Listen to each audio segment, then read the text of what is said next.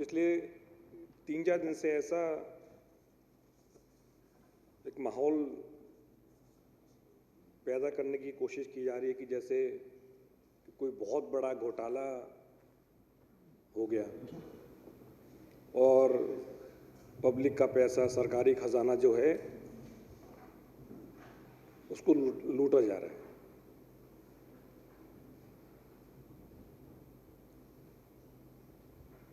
जब भी बसों की खरीदने की बात होती है तो ये पहली बार नहीं हो रहा। तो विजेंद्र गुप्ता जी की ये एक फेवरेट हॉबी है कि सबसे पहले एसीबी में कंप्लेंट डालेंगे और फिर उसको हर जगह मार्क करेंगे। दिल्ली पुलिस, सीबीआई, एनआईए, जितनी एजेंसीज हैं इन्हीं की एजेंसीज हैं सारी। पुलिस भी इनकी है, सीबीआई भी इन्हीं की है। और आप चुप रहिए आप बिल्कुल। नहीं विजेंद्र जी अब ऐसे नहीं चलेगा। नहीं ऐसे नहीं चल। नहीं आप बैठ जाए। नहीं आरोप लगाए तो उसको हम नहीं देंगे। नहीं ये कोई तरीका नहीं है। ये कोई तरीका नहीं है। ये कोई तरीका नहीं है। तमीज नहीं है इनको बात करने की। आपको आराम से सुना है सत्ता दल। हाँ चुप रहिए बिल्कुल। कैलाश जी बैठिए बिल्कुल। कैलाश जी बैठिए। कैलाश जी बैठिए बैठिए एक सेकंड। चुप रहिए।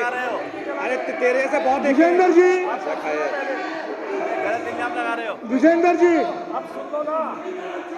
देखिए एक सेकंड। कैलाश जी 1 मिनट के लिए बैठिए। 1 मिनट के लिए देखिए विजेंद्र जी, सत्ता पक्ष ने आपको बहुत शांति से सुना और आप में इतनी तहजीब नहीं है कि मैं मंत्री जी को सुनूं।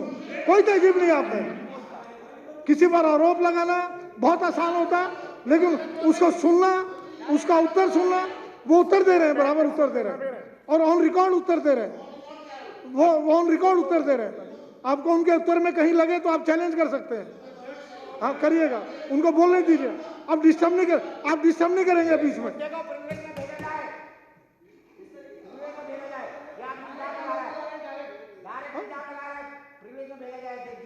हाँ जी चलिए बैठिए बैठिए। ये कोई तरीका नहीं है। खुलेआम कह रहे पैसा खाया, बताओ।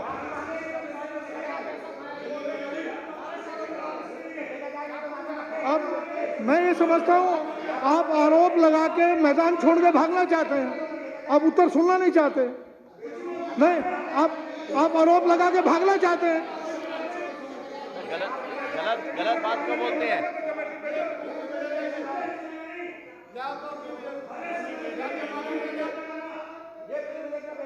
बैठिए प्लीज। माननीय मंत्री जी को जवाब दें। नहीं क्या करें, वो बोलने खड़े हुए हैं और विजेंद्र जी को समझ नहीं आ रहा। उनकी तरफ उंगली दिखा के बात कर रहे हैं। आप केवल मंत्री बोल रहे हैं। माफी मांगे सदन में ये। वो रुकते नहीं है 1 सेकंड के लिए भी। वो उंगली दिखा के ऐसे बात कर रहे हैं मंत्री से। ईमानदारी का ठेका इन्होंने उठा रखा है सारा।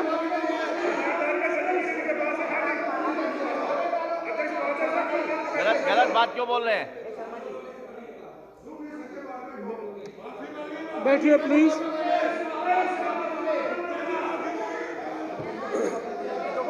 प्रिविलेज में भेजो ये सर, ये प्रिविलेज में भेजो, प्रिविलेज में।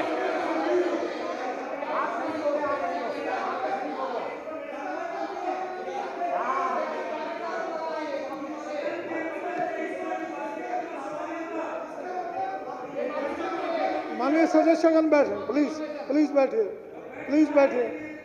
माननीय मंत्री जी 1 सेकंड प्लीज। देखिए मैं ये बात समझ रहा था 3 दिन से कि विपक्ष आरोप लगा करके हंगामा करेगा, मंत्री को उत्तर नहीं देने देगा और वही जो मेरे मन में। नहीं ओम प्रकाश जी रुक जाइए। नहीं वो टोक रहे हैं उनको। नहीं कौन टोक रहा है?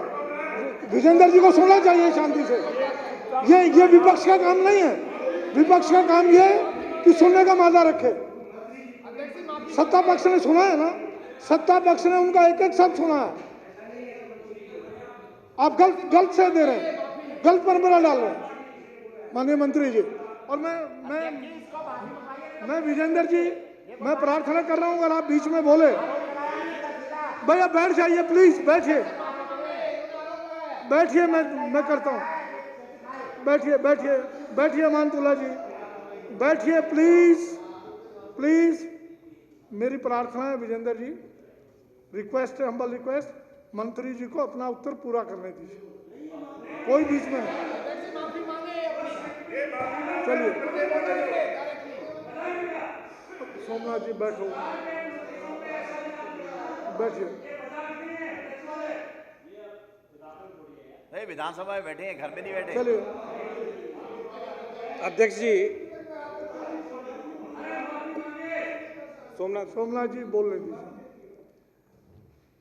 इनको बड़ा बड़ा दर्द है इनको कि भाई हमारी तमाम शिकायतों के बावजूद हर कदम पे जितनी इनमें ताकत है वो सारी यूज करने के बावजूद कि आम आदमी पार्टी की सरकार, दिल्ली सरकार बसें कैसे लेके आ रही है। डीटीसी में बसें 12 साल से नहीं आई। और मैं फिर ये रिपीट कर रहा हूं, it is a matter of record, matter of fact, कि जब भी बसों की खरीद की बात होती है विजेंद्र गुप्ता जी ने हर बार कंप्लेंट की है। उन कंप्लेंटों की आप कहीं से पता कर लीजिए। क्यों बोलेंगे वो बोलेंगे ना, नहीं क्यों बोलेंगे नहीं, क्या बोलने नहीं दोगे क्या उनको? वो जो फैक्ट है, वो जो बोल रहे हैं, वो कंप्लेन जहां मर्जी कर देते हैं उस वक्त। लेकिन माननीय डिप्टी सीएम साहब ने अपने स्पीच में भी कहा कि पिछले लगभग 1 साल के अंदर हम 1600 बसें, नई बसें दिल्ली की सड़कों पे दौड़ा चुके हैं। और मैं ये दावे के साथ कहता हूं कि जब तक अरविंद केजरीवाल के नेतृत्व में आम आदमी पार्टी की सरकार है, हम बसें खरीदते रहेंगे, चाहे कुछ भी कर लें। अगर इनके पास कोई और भी ताकत है उसको भी ले आइए, हम डरने वाले नहीं हैं। बसें आएंगी, आ चुकी हैं, और भी बसें आएंगी। सीएनजी की नई बसें भी आएंगी और इलेक्ट्रिक बसें भी आएंगी। आपने जो करना है कर लो, क्योंकि हमारा नारा था, वो देंगे अभी जवाब, क्योंकि हमारा नारा था, जवाब देंगे क्योंकि हमारा नारा था कि हम राजनीति करने नहीं, राजनीति को बदलने आए हैं। और दूसरी बात, काला अक्षर भैंस बराबर, ये है इनकी हालत। और मुझे तो वो याद आ रही है कि हम अंग्रेजों के जमाने के जेलदार हैं। इनको किसी ने समझा दिया कि इसमें घोटाला हो गया, ये भी अपना पूरी तैयारी करके, और ये नहीं पता कि इसमें लिखा क्या है। वही बात है, पढ़ना तो है नहीं कुछ, बस घोटाला हो गया। तो कैसे हो गया ये तो बताओगे? बस घोटाला हो गया। मैं बताऊंगा सारी चीजें, एक चीज विस्तार से बताऊंगा। बहन जी उनको बोलने दीजिए, मंत्री जी बहुत कुछ बोलने वाले हैं, लेकिन वो सारी चीजों पे बताने वाले हैं। लेकिन अध्यक्ष जी, इस सदन में जो कि हम कहते हैं कि मंदिर है, ये शोभा नहीं देती इनको।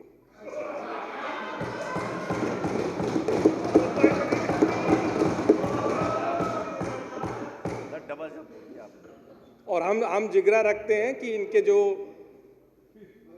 जितने भी आरोप हैं बिल्कुल हंस के सुनेंगे और हर चीज़ का जवाब देंगे, क्योंकि हमारा एक ही है कि हमें पब्लिक की सेवा करनी है। पब्लिक का जो काम है वो हमें करते रहना है। और सीएम साहब ने जो 10 जो प्रिंसिपल्स बताए थे, उन्हीं पे हमें आगे चलना है, राम राज्य की।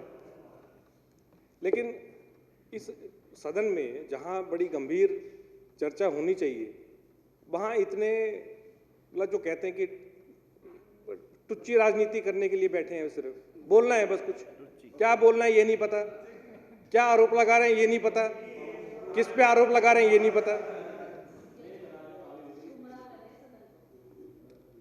अब अध्यक्ष जी, जब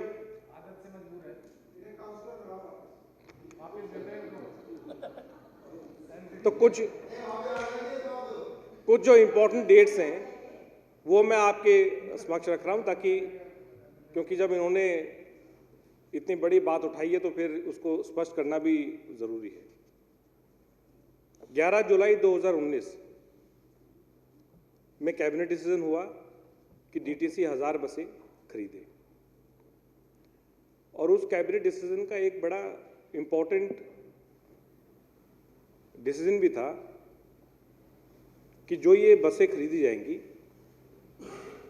इसमें इसके साथ साथ हर एक बस की एक कॉम्प्रिहेंसिव एनुअल मेंटेनेंस कॉन्ट्रैक्ट भी होगा, जिसको ये बार बार कह रहे हैं एएमसी।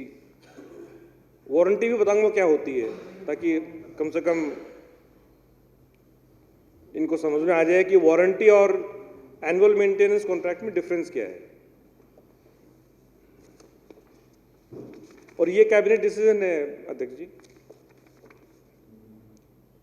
इसका जो पैरा 3 है, कहता है DTC will invite bids for, अंग्रेजी में है अध्यक्ष जी, अब पढ़ दीजिए।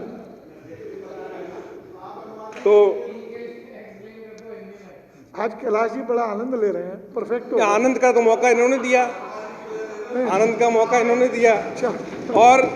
और अंत में ये भी बताऊंगा मैं, ये हमने कहीं बताया नहीं कि कैसे हमने 225 करोड़ रुपए बचाए इसमें, ये भी बताऊंगा मैं।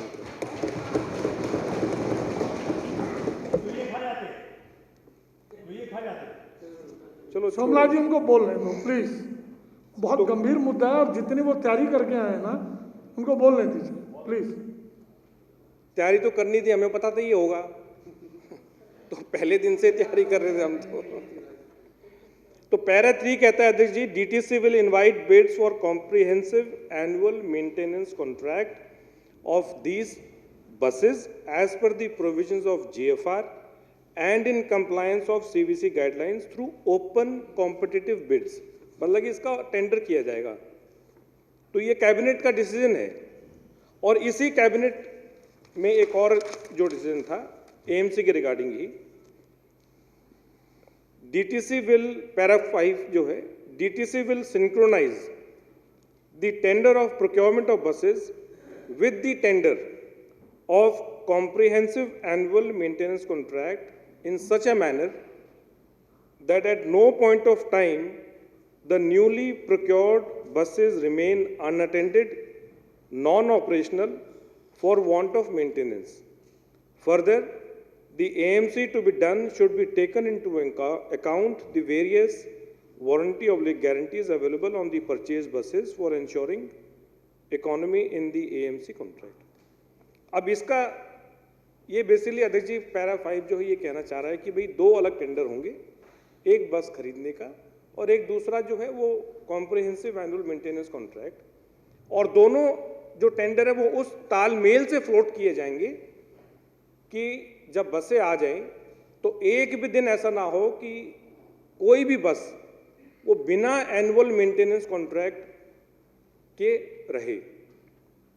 इसका इतिहास अध्यक्ष ये है कि डीटीसी में लगातार, आपने भी सुना होगा और सभी जो माननीय मेंबर्स हैं उन्होंने सुना होगा कि डीटीसी में लगातार टेंडर फेल करते आ रहे थे।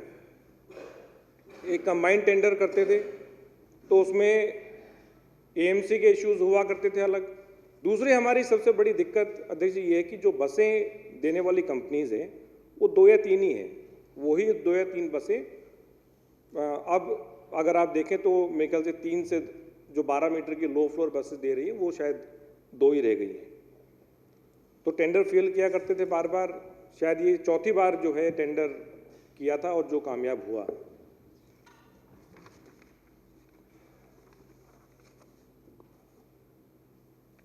तो 11 जुलाई 2019 को कैबिनेट डिसीजन हुआ। तो ये हमारी ऐसा नहीं कि कोई मेंबर है या मिनिस्टर है या कोई चेयरमैन है उसने सोचा कि मैं इसके 2 कर दूं 1 कर दूं, बाकायदा कैबिनेट का डिसीजन था और उस कैबिनेट डिसीजन के तहत ही हमने सारी जो है कार्रवाई की है।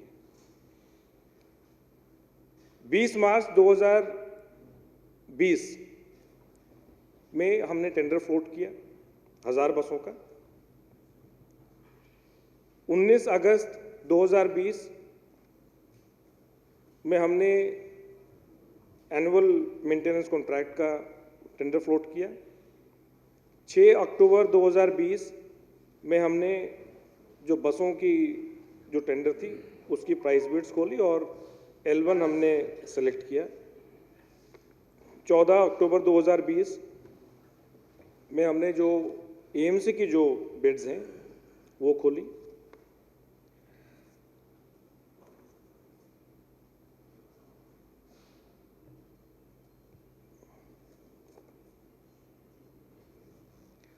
अब जो दोनों, एक खरीदने का टेंडर है और दूसरा AMC का है, ये भी हमारे टेंडर का ही पार्ट है कि जो भी, ताकि कोई भी बस जो है बिना मेंटेनेंस के ना रहे, इसलिए ये भी टेंडर का पार्ट है कि जो भी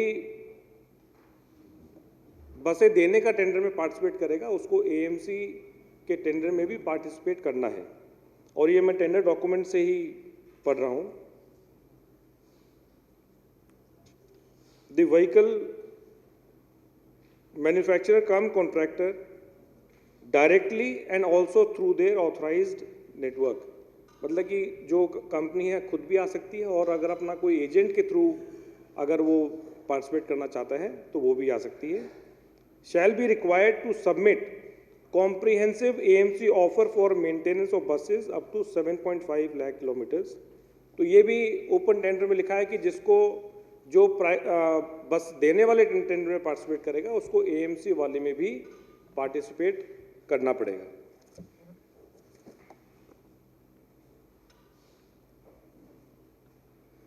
अब ये जो इन्होंने 2-3 चीजें कही,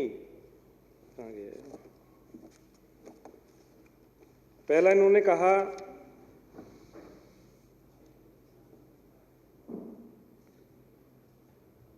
कि वारंटी, बार बार ये कह रहे हैं जी वारंटी 3 साल की वारंटी है, 3 साल की वारंटी है। उन्होंने एग्जाम्पल भी दिया कि जब आप गाड़ी खरीदते हैं तो उसमें सारी चीज़ें फ्री होती हैं।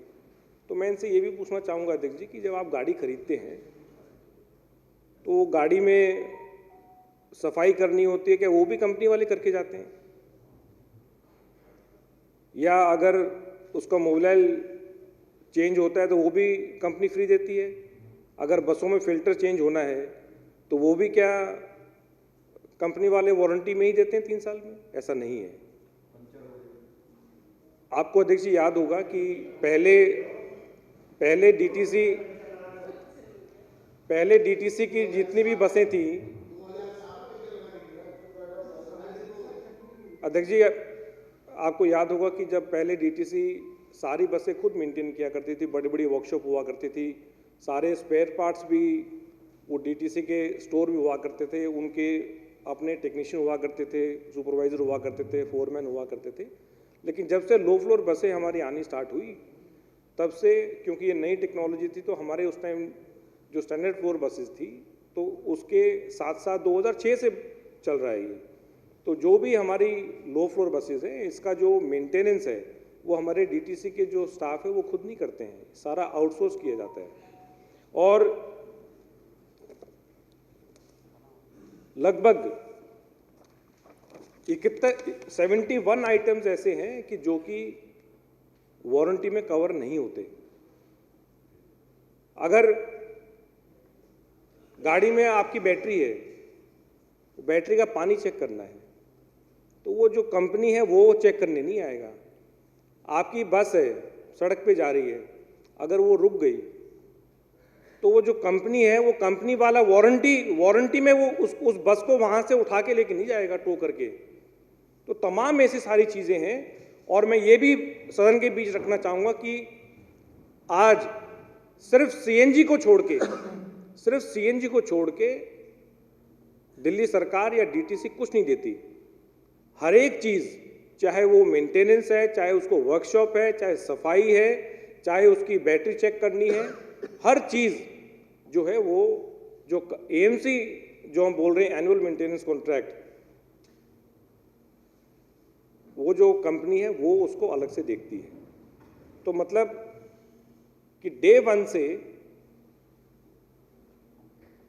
अगर हमारी बसें सड़क पे बढ़िया तरीके से चलनी है, हमारे हर डिपो से अगर हमें ये पक्का करना है कि 100 में से कम 92% बसेस हमारे डिपो के बाहर निकलें और जो पैसेंजर हैं उनको अवेलेबल हो, तो वो सारी चीज़ें जो हैं वो एएमसी में ही कवर होती हैं।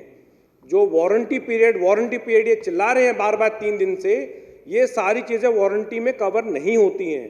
वारंटी में सिर्फ जो इम्पोर्टेंट चीज़ें हैं, कोई मैन्युफैक्चरिंग डिफेक्ट है, अगर बस रुक गई, रुकने के बाद जब तक उसको इंजीनियर एग्जामिन नहीं करेगा, जब तक आप बोलते रहिए, उनकी आदत है।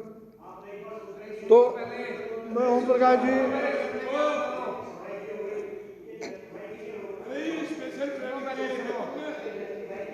मंत्री जी को अगर आपको नहीं लगता है तो आप लिख के भेज दीजिएगा, कोई बात नहीं। तो ये बार बार जो कह रहे हैं कि जो वारंटी पीरियड में ये सारी चीज़ें वारंटी पीरियड में नहीं आती हैं। उसके बाद अब मैं कह रहा था कि हमने 225 करोड़ रुपए कैसे बचाया। एएमसी का L1 जो रेट आया अध्यक्ष जी, एएमसी का जो L1 रेट आया वो आया 48 रुपये 50 पैसे। उसके बाद हमने डीटीसी के अधिकारियों को दूसरा जो रेट आया वो आया 49 रुपीज़ 29 पैसा। हमने बार बार अधिकारियों को कहा कि भाई इसमें देखिए कि अगर, हालांकि जब ओपन टेंडर है और वो रेट आ रहे हैं तो ऐसा कोई मैंडेटरी या कंपल्शन नहीं है कि उनको फिर दोबारा पूछा जाए कि भाई क्या आप रेट कम करोगे। लेकिन फिर भी हमें लगा कि कहीं ना कहीं जो भी पैसा बचेगा वो पब्लिक का पैसा है, उसको बड़े ध्यान से खर्च करना है। तो अध्यक्ष जी, ये बताते हुए मुझे खुशी हो रही है कि हमने 48 रुपये 50 पैसे से नेगोशिएट करके दोबारा वो हम 45 रुपये 50 पैसे पे लेके आए। इसका मतलब 3 रुपये हमने कम किया। एक बस अगर पूरे अपने 12 साल में 7.5 किलोमीटर अगर चलती है, 7.5 लाख, तो 1000 बसों को अगर आप लगाओगे तो मतलब ये टोटल मिला के 225 करोड़ रुपए अध्यक्ष जी ये टोटल बनता है। तो जहाँ ये कह रहे हैं बार बार कि जी हमने घोटाला कर दिया, सारी चीज़ें जो हैं वो ओपन टेंडर के थ्रू हुई हैं।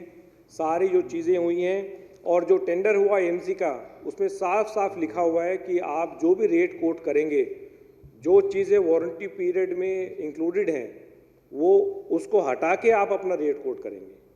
तो किसने इनको समझाया ये यही बता सकते हैं, क्योंकि इनके सलाहकार जो हैं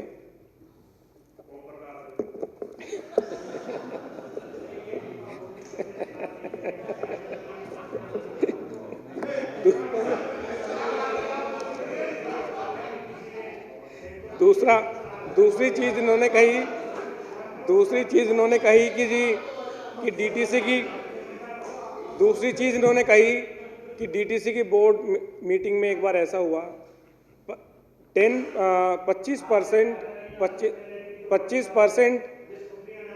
25% अध्यक्ष जी, जो ये भी टेंडर का पार्ट है और कैबिनेट से पूरा अप्रूव्ड है कि 25% हम उसको इंक्रीज कर सकते हैं।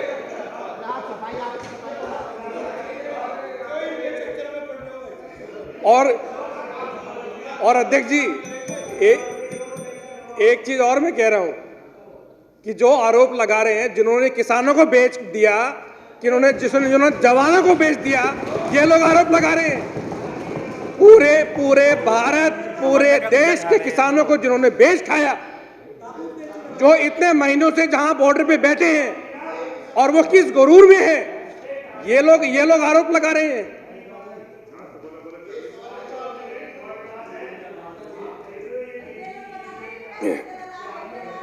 तो अध्यक्ष जी, मैं इन्हीं को धन्यवाद देता हूं, आपको धन्यवाद देता हूं कि आपने मुझे बोलने का मौका दिया, और जो ये बार बार ये कह रहे हैं, और मैंने ये प्रूव किया कि 225 करोड़ रुपए जो है वो दिल्ली सरकार का हमने कैसे बचाया। बहुत बहुत धन्यवाद।